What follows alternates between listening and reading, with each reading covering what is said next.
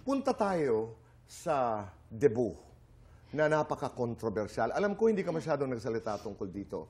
Ang mga issues dito ay may sponsor, sobrang engrande, mahal, gown, maktumang, mga bisita, pati cake na alala ko, pinag-usapan. What is your story? So yung debut ko po, even yung GMA, nag-share po sila for my debut. Doon sa gastusin? Yes po, sa gastusin.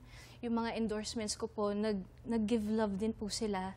Para yung costings of my debut is hindi sobrang mahal. Yung gown ko po was a gift from Mactumang. Even my cakes were gifts from Tita Pinky Fernando. So lahat po yun, hindi po ako sobrang gumastos, honestly.